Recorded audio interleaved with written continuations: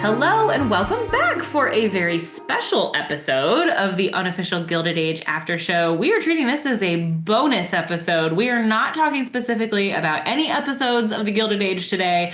We are just going to talk about fashion and all of the ways that it influences the show. I am Kelsie Paul, Interim Director of Learning at the Frick Pittsburgh, and I am joined again by two wonderful guests. We have Dawn Breen, our Chief Curator and Director of Collections here at the Frick, and joined again by Brian Centrone, who is a writer, fashion historian, and guest curator of the exhibition at the Massillon Museum, Gilding Northeast Ohio. He has worked directly with some of these costumes from the show. And so, like I said, we're talking all things about fashion, stuff that we never have time for in a typical episode of the after show.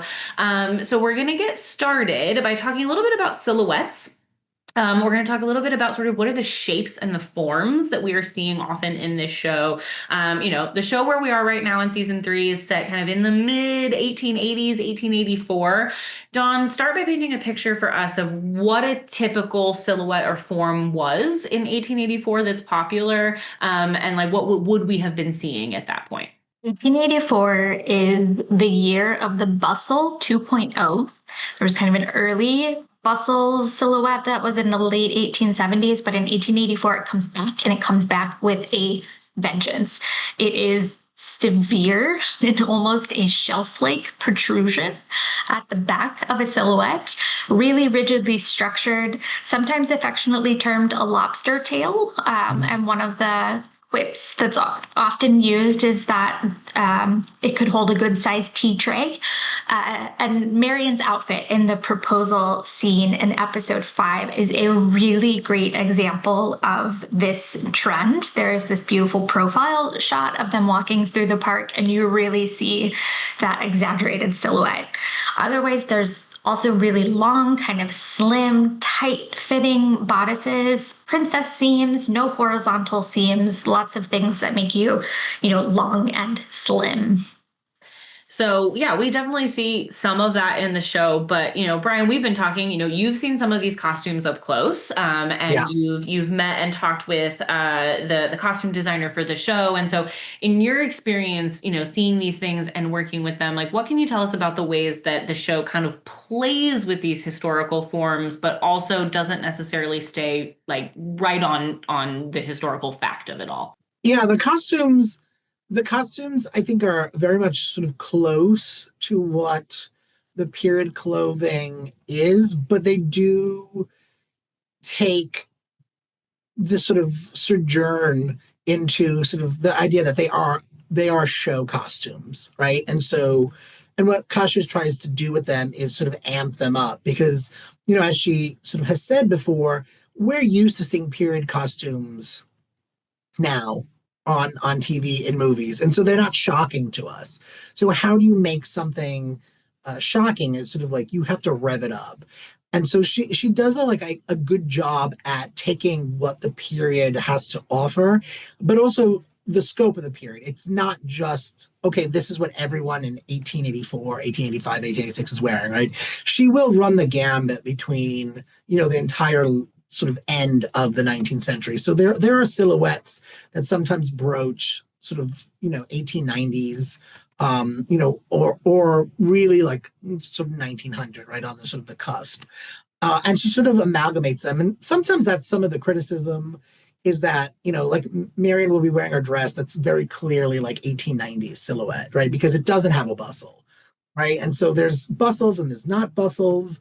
And Bertha's dress for the end of season 2, the opera gown, which was on loan to us at the museum, that was, inspired by the Worth dress, the scroll dress, that didn't come about until the turn of the century. So that was years ahead. And so that would not have been what she would have worn to the opening of the Met in the 1880s. So there is some play there, but it really is about setting the mood, right? And that's what Kasia really does very well as a costume designer, is understanding the mood, and she uses the clothing to convey that. And so we see that in the women's outfits.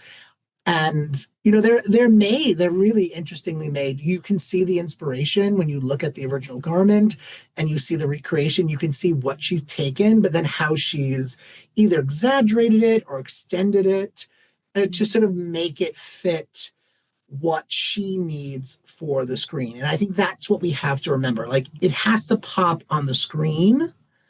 Right. And so, a lot of times these things are designed the way they are because the camera has to pick them up.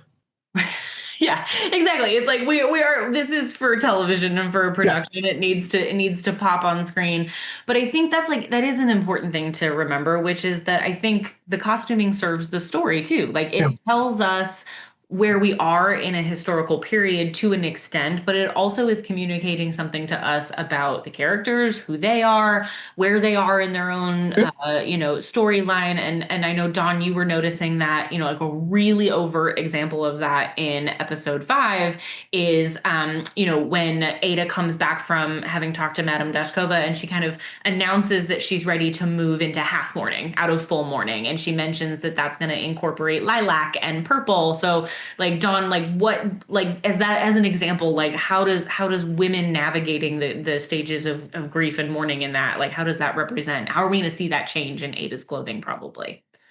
Yeah, I love that there's a mention of this, because we talk about how strict Gilded Age society is, and that there is this kind of like prescribed behavior for everything. And that includes how you mourn.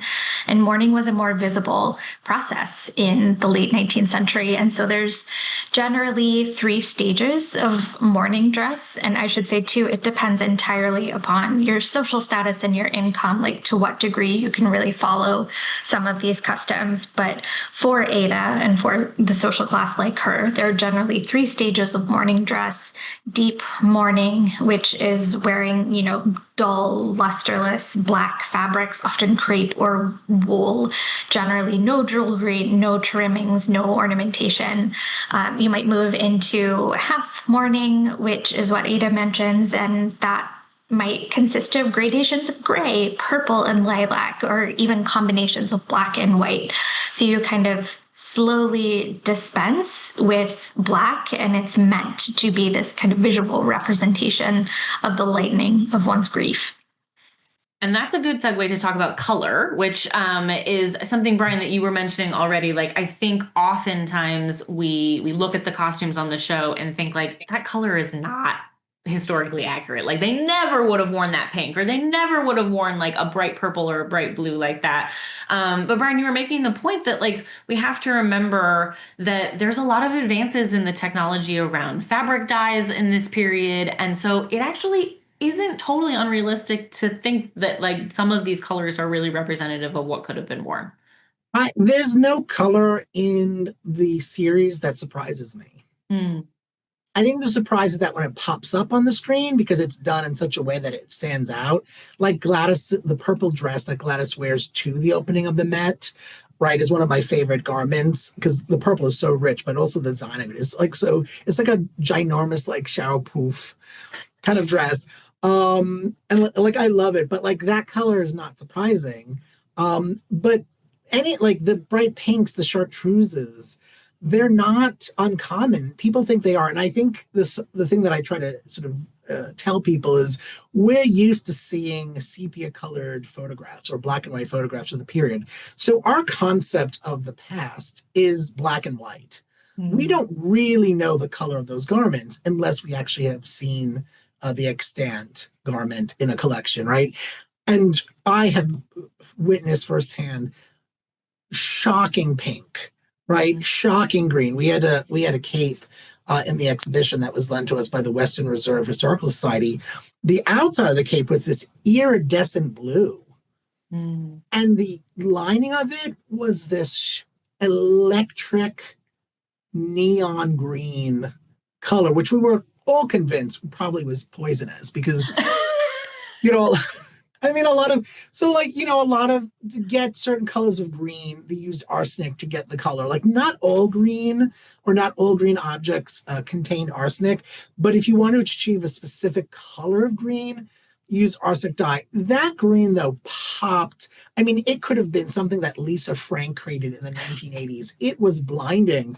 But that's the thing you look at and then you look at the costumes of the Gilded Age, you go like, Bertha's, I think there was one time she was wearing a shocking like neon green, with like running through like a blue or something, and I'm like, no, that's exactly the color combination of that cape, or the shocking pinks.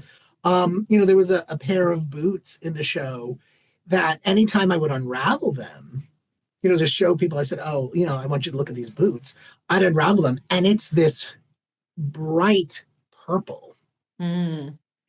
And people would like, they would be, it really was like, you slowly take the tissue off and suddenly like this, I mean, shocking purple comes out, and everyone's just like, they sort of the gasp, right? Because they're not expecting something that bright. But this is what happens when you had sort of, aniline dyes, which were synthetic dyes, right? So you didn't have to rely on natural dyes, which were limited and also very expensive, like red, historically, like reds and purples, very expensive, purple even more so, to try and get that color in natural dye. But once you have the synthetic dyes, I mean, the sky was the limit in terms of what you could conceive and what you could do. So the colors aren't shocking. And I always love when people say like, oh my God, that color, that color. Like, even if we go back to Bertha's Oscar dress, it should be an Oscar dress. I know exactly which one you're talking about. The dress she wore to the opera house, right? And it is based on that Worth dress. That's the famous scroll dress, which the Metropolitan Museum has it. It's in black and white.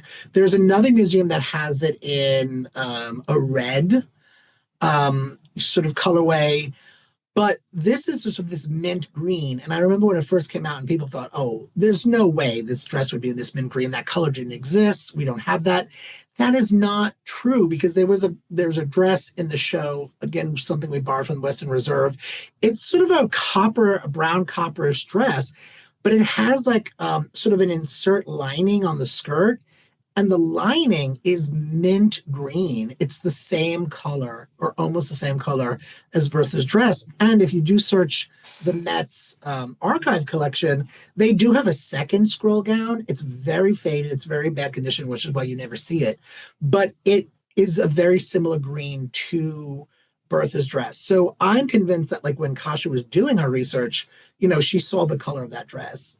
And she was like, all right, let's go with the sort of the mint one. And also because she had said to me, like, it has to pop against the red of the opera house. But that's what I always say to people. It's like, no, that color could have existed, and it did. And I've been able to find evidence of it.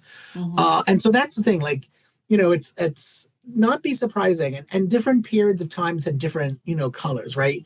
Like, but the 1880s, a lot of it was deeper and richer. And I think, Dawn, you'd probably be able to attest to that, right? You have a lot of burgundies, right? Or a lot of deep purples. You have a lot of grays, and then also some like browns, right? But it's as sort of the period goes up, and as we start moving into the 1890s, when sort of these dyes even become more popularized, that suddenly you get the hot pinks and the yellows and the neon greens, right? That stuff really comes almost in the last decade, when fashion and silhouettes begin to change drastically, and there's more show-stopping sort of elements that come to it. And so it's an interesting, I think, perspective to have, and something to be aware of, is that they don't shock me. I mean, I love them. I look at them, I go like, yeah, I've seen something like that, because they are all based on existing garments.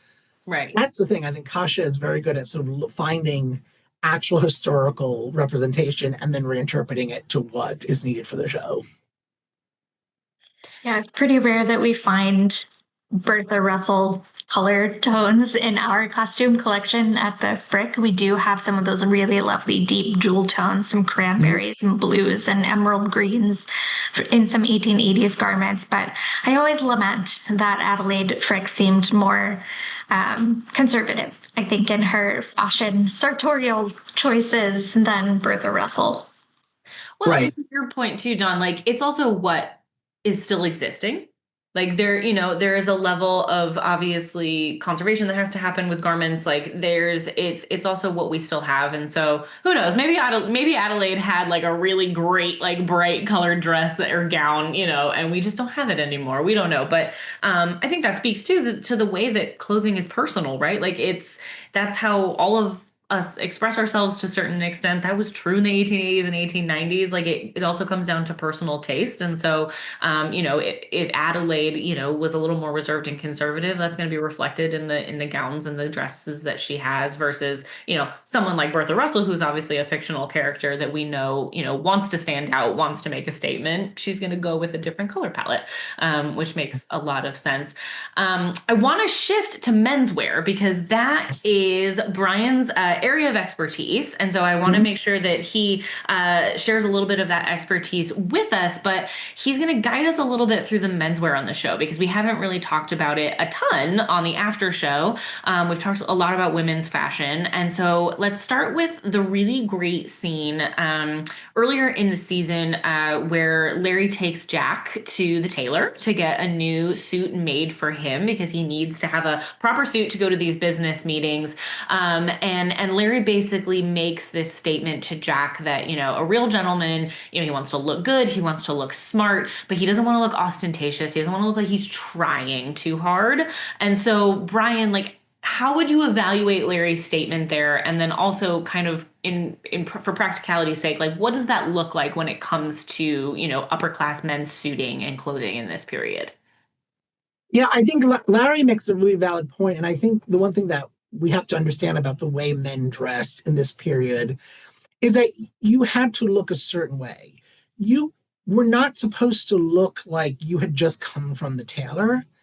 The idea was that not to look like you were new or that you had a new suit on. And it certainly wasn't to sort of overshadow, right? Or to sort of make a statement, which is very oppositional to Oscar, right? Because Oscar is very clearly making a statement. And we can talk about that a little bit later. But when he gets, when Larry gets Jack his suit, you can tell there's a big difference. If you look at the suits that the workers wear, like even go back to like season 1 and 2 when the Russells have that guy that works for them, that's like the father of some daughter, right? Remember that he's like bald. Oh yeah, isn't he George's valet? Yes, he was yeah. George's right. And so when he's out and he's wearing his sort of suit, right? He's wearing like a normal kind of suit. But compare that to what Larry puts Jack in, right? Which is this very tailored, very well designed suit that you would have seen on someone of a higher class, right? And even though the suit is ubiquitous in the 19th century, and this is sort of, the time where men pretty much all look the same, right? But there are things you do to a suit, right? The fabrication could be different. The piping or the finishing is different. So if you look at the neckline for Larry's suits or for George Russell's, you can see that sort of the back of the neck sometimes seems like it's velvet, right? It has a velvet finish. The suit that Jack gets has that gorgeous sort of like ribbon piping, right? That would have been added on that sort of just gives it this sort of extra attention to detail that sort of says that you will have a bit more importance or a bit more money. But you also have to know that menswear was really the first to be ready-made garments, right? And so they were able to cut men's suits in ready-made outfits. So a lot of, people who could not afford tailoring would have purchased sort of ready-made garments. And of course, tailors at the time really didn't like ready-mades, and in some way it sort of infringed on their business, right? Because they were a more affordable element, but also like tailors thought like, well, this is what we do. Like we make clothes. And so you would have your clothes made for you at the tailor and it would be specific to your body. So that scene with Jack really sort of is, I think, really amazing because, and especially that's the suit that he wears to the Haymarket. Yes. Right. And it really is sort of like, he's dressed like he is like an upper class gentleman. He's not dressed in middle class. And we could see the difference because, George's valet, right, is wearing something that would have typically maybe been a middle class suit. We see T. Thomas, right, when his suits are very middle class. When we see Peggy's family, right? Sort of the very sort of middle class versus when we see the doctor and his family, we see there is a stark difference between this is what the upper class sort of men's suiting would have looked like versus what an average everyday suit. Um, and the rules of sort of menswear governs in the same way that women's wear did in a way. Like there were different types of garments for different occasions at different points of the day. So when Bertha talks about her sister, like, well, I can change about 4 times a day. Men could also change that number of times, right? Because you would not, like, say, if Larry had really gone to Delmonico's, he would have gone wearing white tie, which he did, right? He was dressed in white tie because that was the appropriate outfit to go to dinner, right? He would not have shown up in an afternoon suit, right? And though Jack does, right? Jack, Jack is not in white tie, suit. right? Because Jack does not, but Jack would normally not have walked into Delmonico's Right. wearing that suit. He would have had to wear sort of white tie. Mhm. And so evening wear was very strict, like when they go to the opera, it's white tie or black tie.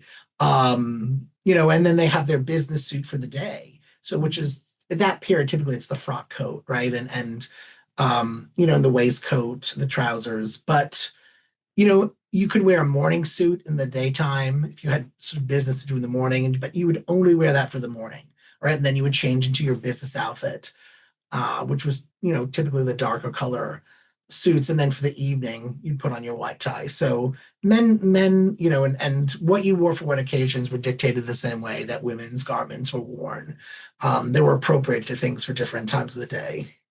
Yeah. Well, and I'm so fascinated by what you were talking about with the finishes on these suits, because I Mhm. think that if you're not paying super close attention to the menswear in the show, like we were talking about this yesterday, it's easy to just kind of gloss over that, well, everybody's wearing a black suit or a dark suit, right? Like they all kind of look the same. But if you really start to pay attention, you can see the ways that they differentiate with accessories or differentiate with, these little finishes. Let's talk about the cravats because that's a one way where the fun sort of comes in, and if you pay really close attention, it is a place where in the show where these men can sort of like show a little bit of personality. So tell us what you notice about what's in the show with the cravats and sort of some of the things for viewers to kind of pay attention to when they watch the show.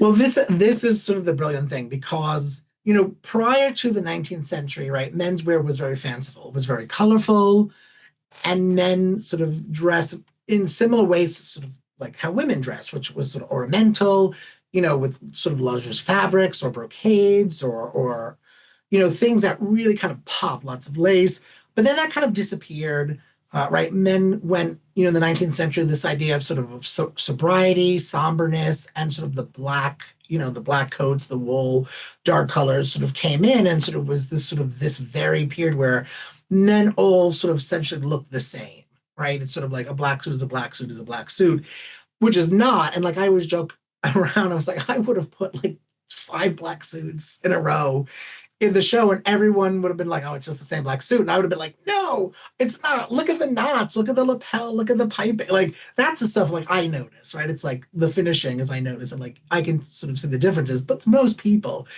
the black suits all look like black suits.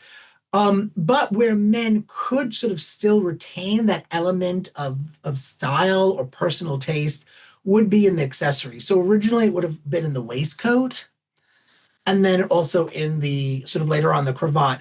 And the waistcoats we notice sort of start to like in the 1840s, 1850s, you still had a lot of colorful waistcoats. Eventually, what happens is you get into what we call like the ditto suit, which is that all 3 pieces match because they used to not. Like menswear would not, that your coat wouldn't be the same fabrication as your waistcoat, wouldn't be the same fabrication as your trousers. And eventually, as we get to the end of the 19th century, that changes. And the 3 pieces are the same fabrication. So the waistcoats change. So if you pay attention to the waistcoats, a lot of them are similar. Like obviously, when you're wearing the white tie, you would wear a cream colored one, and we can see it in George. We see the difference between George and Merrick. If you look closely enough, you can see how they both have very different waistcoats.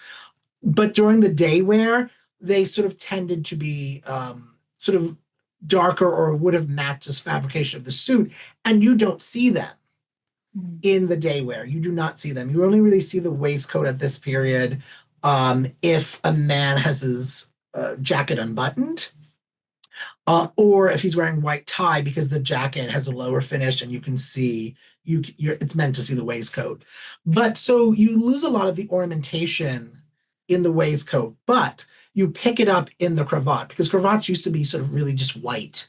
And then eventually, right, as the period progresses, you could get all these richer colors. So if you notice, like George tends to wear these sort of rich kind of reds, right, or burgundies. Larry does a similar kind of color. Sometimes it's blue. Oscar's cravats, though, really sort of like off the mark. Like the last episode was episode 5, right? He's wearing that like chartreuse like thing that almost starts to look like a necktie because remember the cravat starts to sort of shape itself and eventually it does become the necktie. But you have this period where men were dressed so much alike that there were so only very few things they could do to really bring out their personal sort of style and aesthetic. And one of the things was the adornment of either the waistcoat or the cravat. And I think it's very much true to today. And that's why, it sort of really bothers me when, we have think pieces on like, oh, the death of the necktie and and I'm going to make this like a public service announcement. Like, where's my camera? Like, men, do not let them take your necktie away because it's still the last bastion of personal style for a man. Like a suit is a suit. Like most men are not wearing the kind of suits that like Coleman Domingo is wearing right on the red carpet, which are interesting cuts, interesting fabrications. Most men are not wearing that, right? So it's like, if you let them take your necktie away, what is going to say like, this is who I am, right? This is my personality. Because it's like, all right, a row of gray suits, right? You had that presidential summit, right? And it was like, none of them wore necktie. And they were all like in the same color suit. It's like, okay, like what distinguishes them? So men, get down to that store, buy yourself a necktie, start wearing it and like claim your identity through your neckwear. It is important. Do not lose it. Do not let them strip the last opportunity of like identity in menswear altogether. And you see that in the Gilded Age. So pay close attention to what the men wear around their neck because it will say who they are. And for Oscar, pay attention to his waistcoats because his waistcoats, you can pretty much always see his waistcoat. And I think it's very deliberate on the costuming department's part because his waistcoats also are very sort of sharp and sort of like a little bit above the norm for Oscar. But I think that brings us to our next point about Oscar and sort of who he might be representing. Yes, I want to talk about that. So like, let's talk about Oscar because to your point, he is very clearly styled differently than a lot of the other male characters. That is clearly intentional. He's a lot more fun to look at than a lot of them. Dawn, I know you and I both noticed his really cool sunglasses in episode 5 that he's wearing. So talk to us a little bit about what that tells us about him and sort of where, Oscar, if he was a real person, where would he fit into sort of real fashion history and some of this stuff with menswear and what can we learn about him from his clothing? This is something that I've been thinking about since the first season and sort of, where Oscar falls on the spectrum because, we have the normal menswear and they told the line and they did sort of what was dictated to them through style. But then you always have in every period a more fashionable man, right? And traditionally we call this sort of a dandy, right? Before that was the macaroni, right? And then that becomes sort of the dandy.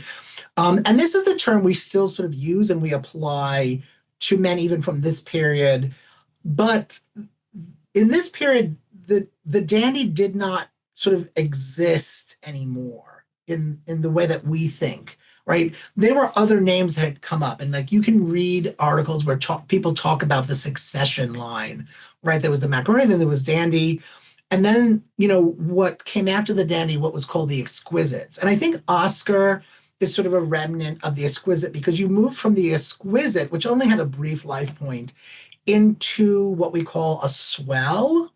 And then also a subset of that, which would have been the dude, who is sort of really a focus of mine, a very special focus that I've been doing research on and would like to do more on. And Oscar, I think, falls into this realm. And it's not quite clear to me right, sort of which one he's supposed to be, because these men wore fashion. It wasn't that just that they were fashionable, but they wore fashion to the extreme, Mm. right? And so there's this great article in a tailoring guide that I read from the latter part of the century, where they talk about, okay, the length of men's trousers, because they were always shifting, or the width, I should say, the width of the men's trousers. And the width was always measured by the how wide it was at the knee, right? And so there was this report that said, okay, this year trousers are going to be 22 inches at the knee. And the report said, like, who these will be popular in like ultra swelldom, but like who amongst us is going to wear these? And they said, but of course, that is the style. So if you were to wear the 22-inch knee, you would be accurate in dressing correctly. But we know that only swells are going to buy trousers with a 22-inch knee. And so, and those are the things, like, so and so Oscar, I think, falls in this category. I think for me personally, I do see more of the exquisite in him, but I think because of like where we're coming off, right? Because he's really sort of being raised in the 1870s, right? If we don't, I'm never quite sure how old Oscar is supposed to be. It's kind of like this mystery. But like, it's like very unclear. Like, is he like 30s and still living with his mom? Is he 40s? Yeah, like what are we talking about? Yeah, right. Like, how old is he? Is he a middle-aged man? Like how old how old is that man supposed to be? So, but I think he sort of got the touch of the exquisite, and then going into the sort of this swell kind of thing. He's not quite a dude. Jews were very particular in what they dressed as. And then so I don't think he gets into that territory, but I would say he's like between an exquisite and a swell. And I love to sort of see because he really does push, right, the fashion spectrum. But of course, we also know that Oscar sort of is gay, right? He's a gay man. And so that's an interesting play, that he's the one that's pushing fashion, right? Because, he has his sexuality. And so I think some of it is a nod to that, and that the fact that that's how he's able to reflect or represent himself. But I think it's important also to say that, the people who sort of were identified or had the title like exquisite or swell or dude, put upon them, I think there's in our modern perception that it was, they might have been queer or homosexual, but that wasn't necessarily the case. It wasn't true. And I think it's not really fair to sort of just assume that and just say, well, if you were a man of extreme fashion, right, that's what you were. I'm sure that there were, plenty of men that were, but then like we had in the late 90s, early 2000s, the metrosexual, right? I was just thinking that in my head, yeah.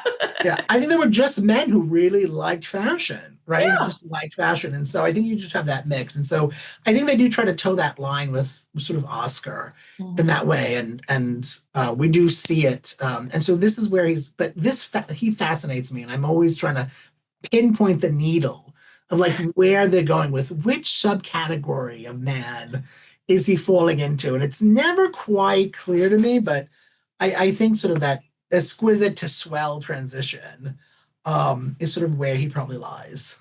Which, like, I feel like that's what Oscar wants, right? Like, he doesn't want you to really be able to put your finger on him quite. Like, that's sort of like who he is as a character. So he wears the glasses. He's a moving target. Like, he's got a little mystery to him. Like, he cultivates that intentionally. I want to transition to another category of menswear that we do get to see on the show fairly frequently, which is fascinating to me, which is these really great examples of men's kind of informal evening wear, what we would probably categorize as lounge wear. We see George Russell rock a smoking jacket robe situation with the best of them. Dawn is like, yes, don't even get me started. And Dawn, you were telling me the other day, like, we have examples of this same kind of stuff in our own collection that were Henry Frick's. We do have far fewer examples of men's fashion in our collection than women's, but boy, do we have some good ones. There is an incredible smoking jacket. And like, this thing was used because even today, like when we open up this archival storage box it's in downstairs, it is, you get a whiff of cigars. So this was something that was definitely worn and used.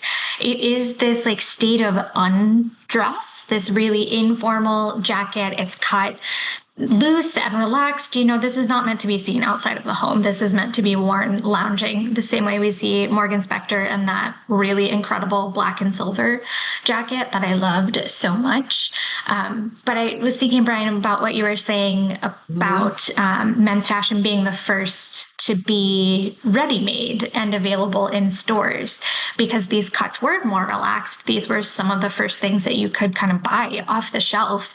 And it reflects this very 19th century interest and exoticism. It probably is made in Japan. It has an incredible quilted lining. It has these braided cord frog closures, and then it's richly embroidered with silk on the cuffs and the collars. Super fun. There's also a matching hat that has a tassel. It's so... Yes. It's so good. And I love to imagine Henry Clay Frick wearing this in the privacy of his home. It's just exquisite. Men's loungewear is sort of like a little delicious treat for me, and we don't see it as often. And when they started doing it in the show, it was really sort of just like, oh my God, like a little sort of cherry on top, especially when you see Oscars sort of at home loungewear, because it's so gorgeous. And we do see, Georges on occasion. But this was another area in which men's fashion sort of shifted from what they would wear publicly, right? So we see the leftover remnants of this sort of fanciful like fabrication design that menswear used to sort of feature. And so you do see the richer fabrications. A lot of them are like silk satins or their embroideries or their brocades. And the Japanese, sort of the textured robe you're talking about probably is a Japanese import. We had a garment in the exhibition in Gilded Northeast Ohio, President Garfield's at-home robe. And we think we're not 100% sure, but based on new research that was done by a recent NYU graduate from the costume studies program that I graduated from, it very much could be a Shobi, which was a Japanese designer, and very popular. There are very specific details that identify it as what Shobi's designs would have been, but more than likely these were imported to American markets. And so they do sort of pop up, right? Because at this period of time, sort of what we call like Japanesey, right, was sort of very, very popular, or sort of chinoiserie, right? This sort of, and they're made for the Western market, and that's the interesting thing is they're designed to be sold sort of in Europe and in America, and in the exhibition it was next to Lucretia Garfield's sort of like morning dress or sort of nightgown, which is what she would have worn either to bed or in the morning to having sort of breakfast. And so when like Bertha talks to her sister about, oh yeah, I'm in like sort of my morning dress, I'm maybe having breakfast and then I go and change, into sort of a day dress to sort of write my letters. And so we can see sort of like both of them at hand, which is a real treat because we really don't see evening wear. A lot of it doesn't exist anymore because it's very fragile. I mean, most of it was made from silks. We know that most silks at the time were weighted, right? Which means that sort of like mercury salts were added to the silk because silk was sold by weight. And so to sort of up the cost of the silk, up the weight of the silk, sort of the fabricators textile makers, fabricators would add these sort of mercury salts into the silk to make it heavier so they can get more from it. But mercury salts sort of erode the silk. And so we get things that are shattered, right? When we talk about sort of broken silk or shattered silk, it's not repairable. It's not reversible. You cannot save the garment. It's just, and it's heartbreaking when you sort of go into a garment and you see, particularly like even the inside lining, all this silk starting to shatter, and you just know that it's like there's nothing you can do. And so I think that's why a lot of them probably don't exist anymore, because they were probably made from these really fragile textiles that just didn't survive, and because people wore them sort of at home, right? So you get a little bit more wear and tear than you would on like a wool suit, right? Because they were primarily made of like silk satins. Well, we're going to do a fun thing that I sprung on Brian and Dawn yesterday when we were planning, which is we're going to wrap up by just talking a little bit about some of our favorite fashion moments from the show, not just this season, but the show in general, first, second, and third season so far. I am willing to go first, but I did give Brian and Dawn warning, so they were thinking about it, I think.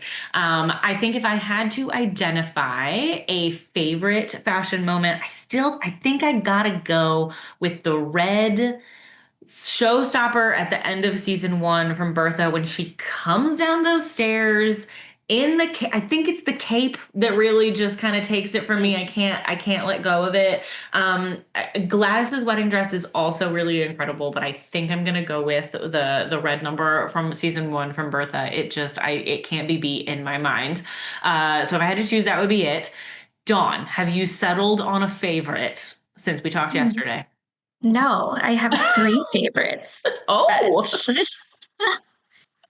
First of all, I want to say Peggy can pick a color and a pattern. She is like the plaid queen. I love mixing and matching different patterns, and a lot of her gowns I notice have this balanced asymmetry quality to them. And I think she always chooses, obviously it's a costume designer, so I'm making her own character. It's so flattering. She always has these like beautiful, rich, jeweled tones.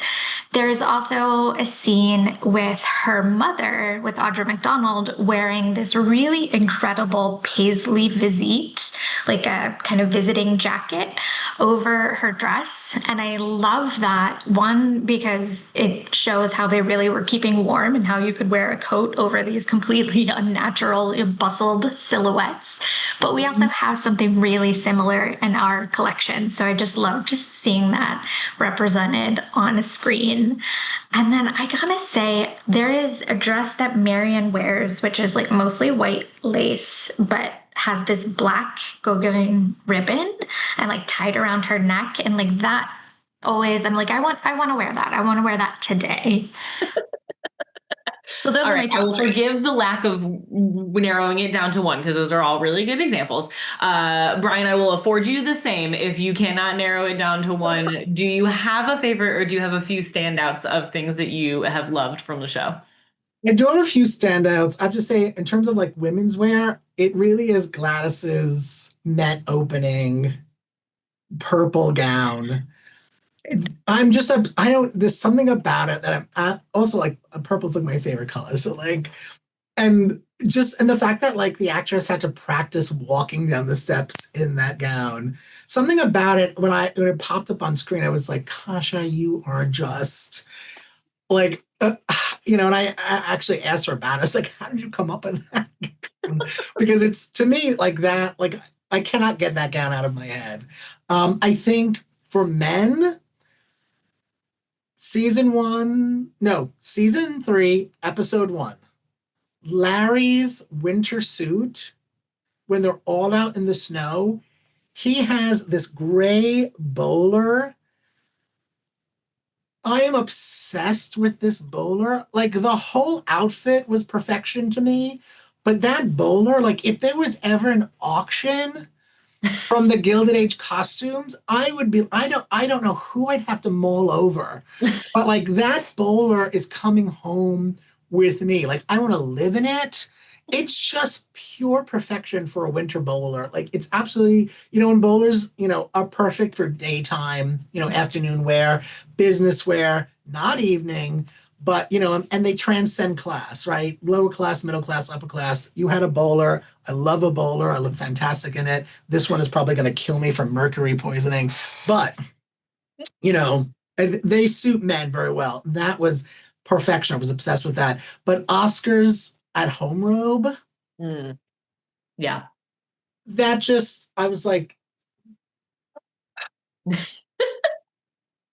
give me this. Him standing in the hallway in that robe is just like, this queer man just has the best style.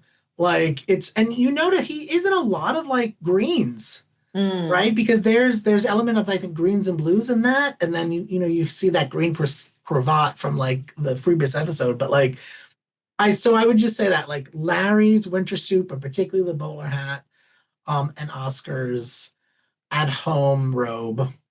I I just it's I love your formal informal combo. yeah. Yeah, that's just me.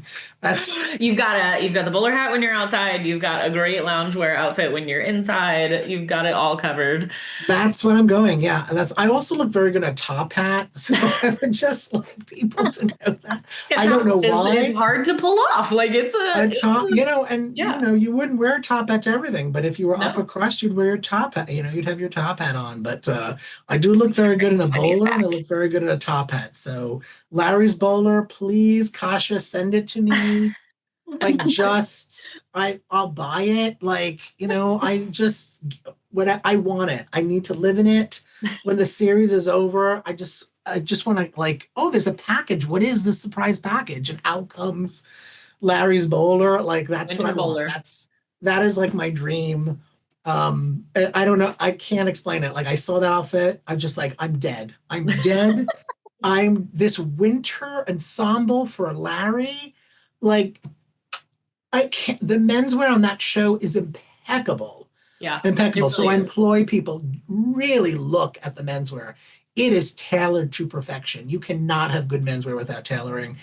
And that show really goes full out on making sure that the men are just dressed impeccably.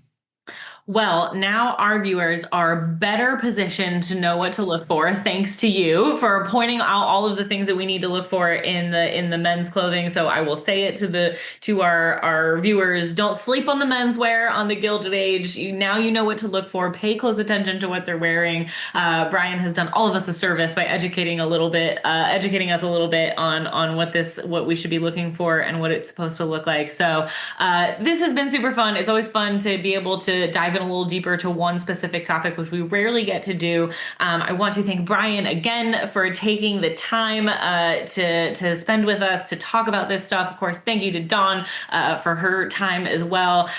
This was super fun, and I hope everyone enjoyed. So thanks so much for watching our bonus episode, and we'll see you next time.